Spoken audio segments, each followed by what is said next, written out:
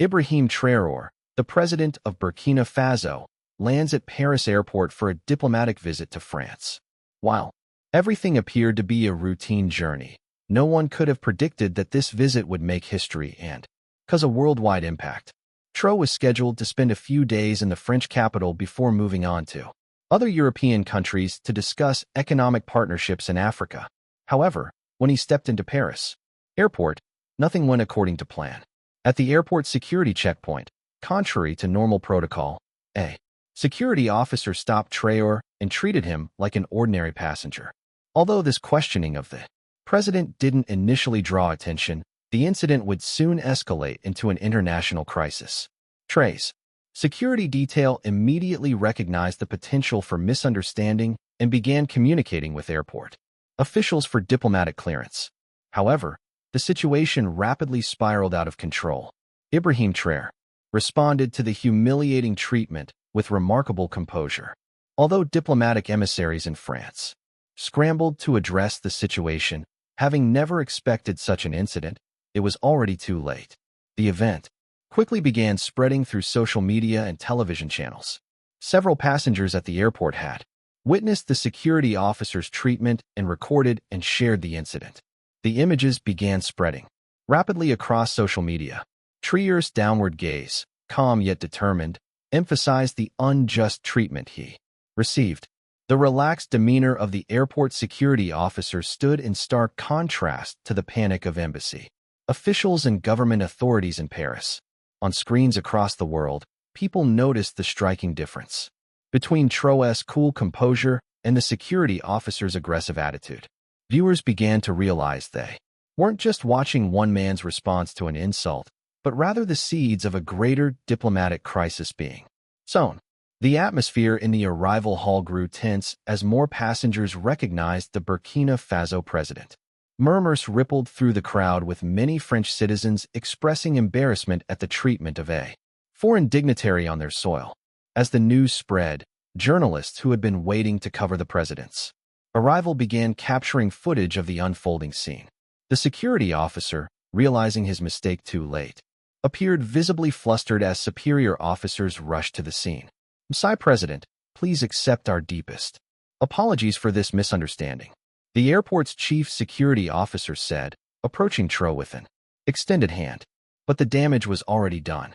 Traoré nodded slightly, his expression unreadable. "I understand mistakes happen," he said quietly. "But one must wonder if this is truly a mistake or a reflection of something deeper." The words hung in the air, pregnant with meaning. Those close enough to hear them felt a chill run down their spines. It wasn't just what he said, but how he said it with a calm dignity that made the security officer's behavior seem all the more egregious. Meanwhile, in a nearby office, French Foreign Ministry officials were frantically making calls. The news had already reached the Élysée Palace, where the French president was being briefed on the situation. This was supposed to be a routine state visit, one that would strengthen ties between France and its former colony. Instead, it was rapidly evolving into a diplomatic nightmare. "We need damage control, and we need it now." The foreign minister barked into his phone. "Get me the president's office and find out who was responsible for this security breach." Back in the arrival hall, Traoré's security detail had formed a protective circle around him. French officials had finally arrived to escort him to his waiting motorcade, but the president seemed in no hurry to leave. He stood calmly, observing the chaos his presence had unleashed. A young French journalist managed to push through the crowd. "President Traoré," she called out, "how do you feel about your treatment at the hands of French security forces?" Traoré turned to her, his eyes meeting hers directly. "What happened to me today is not about Ibrahim Traoré," he said, his voice carrying across the now hushed hall. "It is about the relationship between Europe and Africa. It is about respect, or the lack thereof. And perhaps most importantly, it is about whether we truly live in the post-colonial world we claim to inhabit." With those words, he turned and walked toward the exit, leaving a wake of stunned silence behind him. By the time Traoré reached his hotel in central Paris, the incident at the airport had already gone viral. Traoré in Paris was trending worldwide, with millions sharing the footage and offering their interpretations. What might have been contained as a minor diplomatic foxer had become impossible to ignore. In Ouagadougou, the capital of Burkina Faso, citizens gathered spontaneously in public squares, their faces a mixture of anger and pride. Their president had been disrespected, but he had handled it with a dignity that reflected well on their nation. Many carried hastily made signs bearing slogans like "Respect Burkina Faso" and "No More Colonial Attitudes." The incident at Paris airport quickly transcended France's borders, transforming into a global scandal. Initially, local press and social media pointed out that what happened to Traoré wasn't just a personal insult, but a diplomatic crisis that could shake relations between West Africa and France. Many politicians and journalists in France reacted strongly as soon as they became aware of the incident. Some expressed that this treatment of President Traoré was completely unacceptable and could have devastating consequences for international relations. Others downplayed the event, suggesting it was merely a security issue. However, videos rapidly spreading on social media demonstrated just how deep and significant the incident was. Some users claimed that the treatment of Traoré wasn't simply a matter of racism, but also a reflection of the anger that all African countries had harbored for years against France and the Western world. The incident went far beyond a personal insult. The French government's response further complicated the situation. Initially, government officials decided to apologize to Traoré, but this proved to be only a superficial solution. A large portion of the public believed the French government wasn't approaching the seriousness of the incident correctly. As evening fell in Paris, news channels around the world led with the story. Political analysts and international relations experts were called in to provide context and commentary. Most agreed this was no ordinary diplomatic incident. What we're witnessing is a catalyst, explained Dr. Amina Dio, an expert in Franco-African relations at Sciences Po. President Traoré's treatment has ignited long-simmering tensions between France and its former colonies. The question now is whether this will lead to constructive dialogue or further deterioration of relations. At his hotel, Traoré met with his advisors to discuss their next steps. The French Foreign Ministry had already issued a formal apology, but it was clear that more would be needed to address the situation. They're offering a private meeting with the French president tomorrow morning, his chief of staff informed him. Off the record before the official welcome ceremony, Traoré nodded thoughtfully. And what are they saying publicly? The official line is that it was a regrettable misunderstanding. They're placing the blame entirely on the junior security officer, claiming he failed to recognize you and follow diplomatic protocols. A small smile played at the corners of Traoré's lips. Convenient, he murmured. And what is the reaction back home? The people are outraged. Mr. President, there have been spontaneous demonstrations in support of you. The opposition has even issued a statement condemning France's disrespect. And across Africa, similar reaction, sir. Presidents from Ghana, Senegal, Mali, and Kivu have all called to express their solidarity. The African Union is preparing a formal statement. Traoré rose and walked to the window, looking out at the Paris skyline. The city of light sparkled before him, beautiful, yet suddenly seeming very foreign. We have an opportunity here, he said finally. Not just for Burkina Faso, but for all of Africa. His advisors exchanged glances, waiting for him to continue. For too long, we have accepted the status quo in our relations with former colonial powers. We speak of partnership, but the underlying attitudes remain unchanged.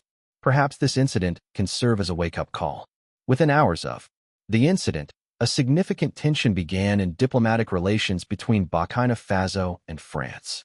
While authorities in France tried to prevent the situation from escalating, countries across the African continent began making statements about the incident.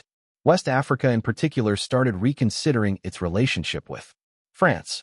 This was directly related to the continent's historical context and their anger toward France. Many world leaders condemned France following the incident, calling for the defense of the rights of African leaders and peoples. Traoré's attitude caused him to be viewed as a hero not only by the people of Burkina Faso but throughout Africa. Many diplomatic observers stated that Traoré's attitude regarding the incident signaled the beginning of a new era against France and the West. This event began to shake the power balance between the West and Africa. Traoré's stance in the face of this incident encouraged the leaders of many countries across the African continent. The next morning dawned bright and clear in Paris, but the diplomatic atmosphere remained cloudy. The French president had agreed to meet Traoré privately before their scheduled public appearance, hoping to smooth over the incident before it could cause further damage. The meeting took place in a small salon at the Élysée Palace, away from the prying eyes of the press. The French president greeted Traoré warmly, clasping his hand with both of his own. "Mr. President, please allow me to express my personal regret for yesterday's unfortunate incident," he said, his tone conciliatory. "It does not reflect the respect France has for you or for Burkina Faso." Traoré nodded politely. "I appreciate your words, Mr. President, but I must be frank. What happened yesterday has resonated far beyond me personally. It has touched a nerve across Africa." The French president frowned slightly. "Surely you don't believe there was any intentional disrespect? It was a regrettable error by a junior officer who has since been disciplined." "Intentional or not," Traoré replied calmly, "it has revealed attitudes that many believe still exist beneath the surface. And perhaps that is what we should be discussing today rather than the economic agreements we had planned." The French president shifted uncomfortably in his seat. This was not how the conversation was supposed to go. "Of course, we can discuss any concerns you have about our relationship. France values its partnerships in Africa." Partnership, Traoré repeated thoughtfully. An interesting word. A partnership implies equality, mutual respect, shared goals. Is that truly what we have? Or is it something else? Before the French president could respond, an aide entered with an urgent message. The incident had escalated further overnight. Protests had broken out in front of French embassies in several African capitals. In Burkina Faso, demonstrators were calling for a reassessment of all Franco-Burkina agreements. The incident at Paris airport was no longer just a problem between France and Burkina Faso. It had quickly transformed into a global issue. Under pressure from the media and the public, the French government formally apologized for the treatment of Traoré. However, France's response proved insufficient. The event was no longer just one state's problem. It became a turning point in relations between Africa and the West worldwide. African countries, inspired by Traoré's attitude, initiated a wave demanding that Western countries reckon with their colonial past and defend their independence. This event allowed West African countries to advocate more strongly for their diplomatic and economic independence.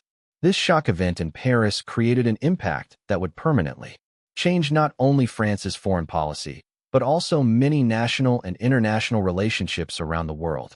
As the day progressed, the story continued to evolve. Political cartoonists across the globe depicted the scene at the airport, many showing Traoré standing tall while Western powers shrank before him. Memes proliferated online, often juxtaposing images of colonial-era subjugation with Traoré's dignified response to his treatment. In academic circles, scholars of international relations began penning analyses of the incident and its implications. Many pointed out that while the treatment of Traoré was shocking, it was merely the visible tip of a much larger iceberg of neo-colonial attitudes that had persisted long after formal colonization had ended.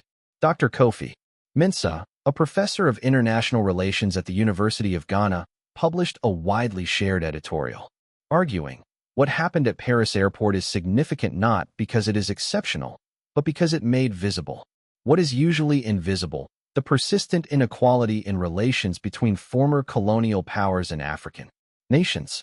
President Traoré's response has created a moment of clarity that many hope will lead to meaningful change. By mid-afternoon, the scheduled joint press conference between the French president and Traoré was the most anticipated political event in recent memory. Journalists from around the world packed the press room at the Élysée Palace while millions tuned into live streams. The French president spoke first, reiterating his apology and emphasizing France's commitment to partnership with African nations. His words were carefully chosen, clearly vetted by a team of advisors eager to contain the damage. When it was Traoré's turn to speak, a hush fell over the room. He approached the microphone with the same calm dignity he had displayed at the airport. Thank you, Mr. President, for your words, he began. I accept your apology on behalf of Burkina Faso, but I stand here today representing not just my country, but in many ways the aspirations and frustrations of an entire continent. He paused, looking directly into the cameras. What happened yesterday has sparked a necessary conversation. For too long, the relationship between Africa and its former colonizers has been characterized by polite fictions. We speak of partnership while accepting subtle and not so subtle reminders of inequality. We discuss cooperation while enduring policies that often prioritize European interests over African development. The French president maintained a neutral expression, but those watching closely could see a muscle tensing in his jaw. I propose that we use this moment not for recrimination, but for honest reassessment. Traoré continued. Let us acknowledge the past, but more importantly, let us reimagine the future. A future where African nations are true partners, where our resources benefit our people first, where our sovereignty is unquestioned. The room erupted in applause, led by African journalists, but quickly joined by many of their European colleagues as well. The French president had no choice but to join in, though his smile appeared strained. As the press conference concluded, it was clear that Traoré had transformed what could have been a personal humiliation into a powerful platform for advancing African interests. The handshake between the two leaders was broadcast worldwide, but observers noted that it was Traoré who appeared to be in the position of strength. In the days that followed, the ripple effects of the Paris airport incident continued to spread. The hashtag #ArtRespectAfrica trended globally, with users sharing stories of discrimination and disrespect faced by Africans in Europe and North America. African diaspora communities organized demonstrations in major cities around the world, calling for a reassessment of international relationships. In business circles, African entrepreneurs and investors began publicly questioning their dealings with European companies, demanding more equitable terms. Several high-profile African business leaders canceled planned trips to Europe, citing the need to support the movement for greater respect. The cultural impact was equally significant. African artists created works inspired by Traoré's stance with songs, poems, and visual art celebrating his dignity in the face of disrespect. A Senegalese fashion designer released a collection called Diplomatic Immunity, featuring traditional African textiles reimagined as formal diplomatic attire. Politicians across Africa found themselves under pressure from their constituents to take stronger positions in international negotiations, even those who had traditionally maintained close ties with former colonial powers began to distance themselves, at least rhetorically, from European influence. In Europe, the response was mixed. Progressive politicians and civil society organizations embraced the call for a reassessment of relations with Africa, organizing forums and discussions on how to move toward more equitable partnerships. Conservative voices, however, bristled at what they perceived as an attack on European dignity and influence. 1 week after the incident, the African Union convened an extraordinary session to discuss its implications. The meeting, originally scheduled to last 1 day, stretched to 3 as leaders from across the continent debated how best to capitalize on the momentum generated by Traoré's stance. The resulting Paris Declaration, as it came to be known, outlined a new approach to international relations for African states. It called for the renegotiation of what it termed unbalanced treaties with former colonial powers, demanded greater African representation in international bodies, and established mechanisms for continental solidarity in future negotiations. 4. Traoré himself. The incident marked a transformation in his international standing. Previously known primarily within West Africa, he had become a continental symbol of resistance to neo-colonialism. Invitations to speak poured in from universities, think tanks, and civil society organizations around the world. Even as he embraced his new role as a voice for African dignity, Traoré was careful to maintain focus on the practical implications of the movement he had inadvertently sparked. In interviews, he consistently steered the conversation towards specific policy changes he hoped to see. This is not about hurt feelings or symbolic gestures, he told CNN's Christian Amanpour in a widely viewed interview. This is about restructuring relationships that have remained fundamentally unequal despite decades of formal independence. When an African president can be treated as I was at Paris airport, it reveals assumptions that continue to shape interactions at all levels. The most immediate practical impact came in the form of trade negotiations. Several African countries that had been in talks with the European Union announced a pause to reassess their positions. The African Continental Free Trade Area, which had been slowly progressing, suddenly received renewed attention and commitment from member states in Burkina Faso itself. Traoré's handling of the incident transformed his domestic political standing, previously facing criticism from opposition parties over economic policies. He now enjoyed unprecedented approval ratings. Even former critics praised his dignity in representing the nation on the world stage. 2 months after the Paris airport incident, as the dust began to settle, a more subtle but perhaps more significant shift became apparent. In diplomatic meetings and international forums, African representatives began speaking with new confidence, pushing back against proposals they deemed unfavorable with a firmness that surprised their European counterparts. The French ambassador to the United Nations remarked privately to a colleague, unaware that his comments would later be leaked, "It's as if they've all decided their Traoré now. Every negotiation has become a test of respect." The incident also sparked serious soul-searching within French diplomatic circles. A confidential internal review later published by Lemon acknowledged systemic failures in approach to African relations and recommended a complete overhaul of diplomatic training and protocols. Perhaps most tellingly, when the next major African-European summit was held 6 months later, it was hosted in Addis Ababa rather than Brussels or Paris as had been tradition. European leaders traveled to Africa where the agenda was set primarily by African priorities rather than European concerns. As the 1-year anniversary of the incident approached, journalists and analysts began publishing retrospectives on what many now referred to as the Traoré moment. The consensus was clear. What had begun as a humiliating experience for one man had catalyzed a fundamental reassessment of international relations. In Paris, the airport security officer who had stopped Traoré had long since faded into obscurity, having resigned his position amid the initial furor. But the checkpoint where the incident occurred had been subtly transformed. A small plaque installed without fanfare bore a simple message in French and Mo, the most widely spoken language in Burkina Faso. On the spot, a moment of disrespect became a movement for dignity. For Ibrahim Traoré, the personal transformation had been equally profound. The soft-spoken, technically minded leader who had arrived in Paris that day, expecting routine diplomatic meetings, had emerged as a voice for a generation of Africans tired of the status quo. "I never sought this role," he reflected in his memoir, published the following year. "But when history places you at a crossroads, you must choose your path carefully. What happened at Paris airport gave all of us an opportunity to choose a new direction, not out of anger or resentment, but out of a profound belief that true partnership can only exist between equals."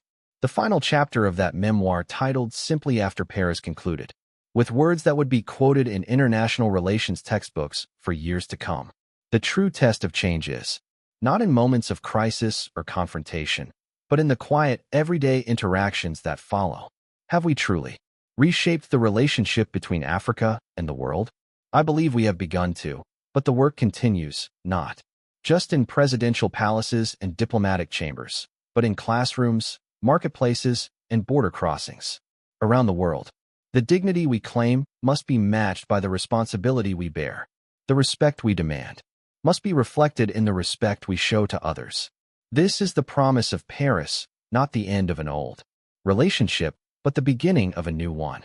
And so what began as a shocking incident at Paris airport indeed changed international relations forever, not through conflict or confrontation, but through a quiet dignity that proved more powerful than either. In challenging an unacceptable status quo, Ibrahim Traoré had opened the door to a future that many had dreamed of, but few had dared to demand. A world where all nations, regardless of their history or economic might, could engage with one another as true equals. The legacy of the Paris airport incident continues to evolve, its full impact perhaps only to be truly understood by future generations. But one thing remains certain. In those few moments at a security checkpoint when a president was treated like an ordinary citizen, the extraordinary possibility of a transformed international order was born. What do you think about President Traoré's response to this incident? Would you have handled it differently? I'd love to hear your thoughts on how this situation evolved and its implications for international relations.